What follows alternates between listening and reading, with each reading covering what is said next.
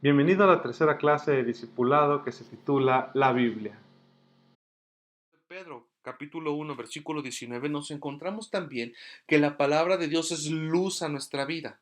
Dice, tenemos también la palabra profética más segura, a la cual hacéis bien en estar atentos como a una antorcha que alumbra en lugar oscuro, hasta que el día esclarezca y el lucero de la mañana salga en vuestros corazones. ¿Qué nos está diciendo aquí? Que la palabra de Dios es una antorcha que nos alumbra cuando necesitamos una profecía, cuando necesitamos que alguien nos diga qué sigue. Aquí no dice que tú vayas con el adivino, con el pitonizo, eso a Dios no le agrada. La palabra de Dios no nos dice, entonces ve con el que lee la mano y ve con el que lee la carta para que te diga cómo continuar tu vida. Y hay gente que se emociona diciendo, ¿qué decisiones tomaré? Voy a ir con el que lee la mano, voy con el que me puede comunicar con mi antepasado, y ve con el pitonizo y este señor que se llamaba Walter Mercado, ve con él y ellos te van a ayudar. No, dice aquí la palabra de Dios que Él te guía con su palabra, porque la palabra profética más segura es la Biblia. Y aunque tú no lo creas, tú puedes decir, bueno, ¿y la palabra de Dios qué puede tener para mí? Cuando tú la lees bajo una necesidad que tienes, Dios te ilumina, como aquí dice, como esa antorcha que dentro de la oscuridad se prende un foco y te ilumina y entonces dices, ya sé qué voy a hacer. Dios es importante, entonces te dice aquí, desea como niño recién nacido la leche espiritual no adulterada para que por ella crezcas. Quiere decir que la palabra de Dios también es alimento. La palabra de Dios también te madura. La palabra de Dios te lleva a crecer. Entonces, mi querido amigo, como te darás cuenta, aquí la palabra de Dios es muy clara. Te está diciendo que es necesario que tú la conozcas y que tú la anheles. Entonces, lo que veíamos al principio en la clase pasada, en donde mucha gente te puede decir es que la Biblia no es para todos, la Biblia no la entienden todos, pues entonces la Biblia sería mentirosa y no escribiría este tipo de citas, donde dice, desea como niño recién nacido la leche espiritual, no adulterada. ¿Por qué no adulterada? Que no le pongan a la Biblia más allá de lo que la Biblia tiene. Hay gente que le pone no nada más una interpretación correcta, sino que le ponen, bueno, es que yo pienso que es malo que toda la gente, y te voy a poner un ejemplo, nada más por ponerte alguno y no atacar a nadie en este momento. Es malo que la gente use bufanda y entonces ya nadie puede usar bufanda. O al contrario, decir, ahora la Biblia dice que todos usemos bufanda y todos usamos bufanda. Eso es una palabra adulterada, una palabra manipulada para que tú hagas lo que a mí me conviene. Tenemos que leer la Biblia y a contexto de toda la Biblia entender lo que estamos estudiando. Y luego te dice por qué, para que con ella crezcas para salvación. Para que crezcas para salvación, para que en esta tierra entiendas tu madurez y crezcas a esa salvación financiera, esa salvación de salud, esa salvación, esa plenitud y prosperidad, entendiendo como prosperidad no solamente el que tiene más dinero, no, sino el que es más feliz con lo que tiene. En Lucas capítulo 8 nos encontramos también que hay una parábola respecto a la palabra de Dios y nos dice, de cada ciudad acudía gente para ver a Jesús. Al reunirse una gran multitud, Jesús les relató esta parábola. El sembrador salió a sembrar su semilla. Mientras sembraba, parte de ella cayó junto al camino y fue pisoteada, y las aves del cielo se la comieron. Otra parte cayó sobre las piedras, pero al brotar se secó por falta de humedad. Otra parte cayó entre los pinos, pero la ahogaron los espinos, que brotaron con ella. Otra parte cayó en buena tierra, y brotó y produjo una cosecha del 100 por 1. Y levantando la voz dijo, el que tenga oídos para oír, oiga. Sus discípulos le preguntaron, ¿qué significa esta parábola? Y él respondió, a ustedes se les concede conocer el misterio del reino de Dios, pero a los otros se les habla en parábolas, para que viendo no vean y oyendo no entiendan.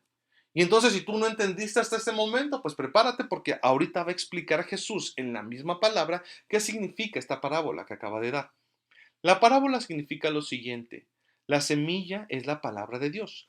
La semilla junto al camino son los que oyen, pero luego viene el diablo y les quita del corazón la palabra para que no crean y se salven. Las que cayeron sobre las piedras son los que, al oír la palabra, la reciben con gozo, Pero como no tienen raíces, creen por algún tiempo, pero al llegar la prueba se apartan. Los que cayeron entre los espinos son los que oyen, pero se alejan y son ahogados por las preocupaciones, las riquezas y los placeres de la vida y no dan fruto.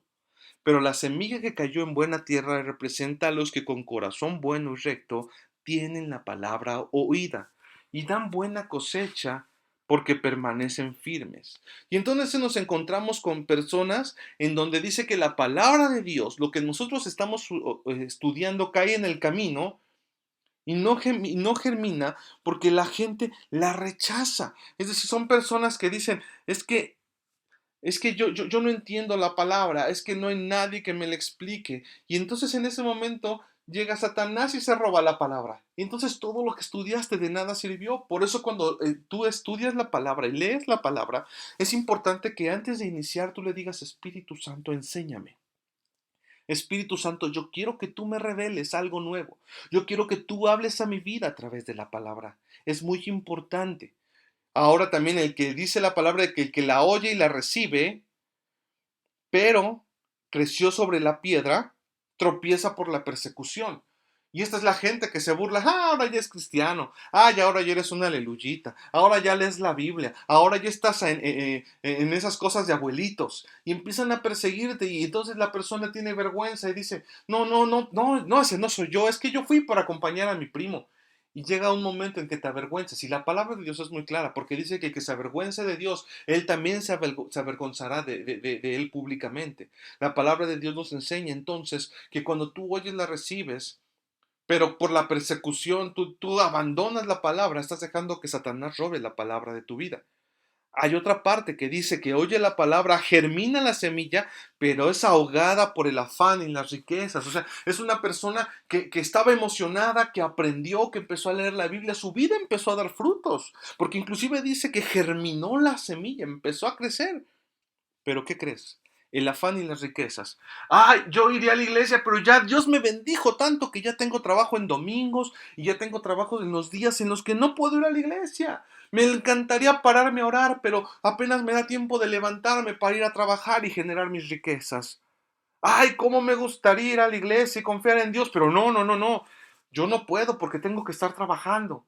¿Por qué no vas a orar por ese hermano? No, yo no puedo ir a orar porque me puede enfermar, me puede contagiar. Aquí dice que el afán de este mundo y las riquezas, yo estoy afanado por estar sano, me da miedo ir a orar por la gente porque me van a contagiar, me da miedo salir de mi trabajo, salir en domingo porque el domingo, ¿qué tal que me llaman del trabajo? Y ahora me da miedo, si es un negocio propio, cerrar un día para dedicárselo a Dios, pues porque pues ya perder riqueza y qué tal que mi negocio que tanto trabajo me costó cierre. Entonces empezó a dar fruto, pero fue ahogado por el afán y las riquezas.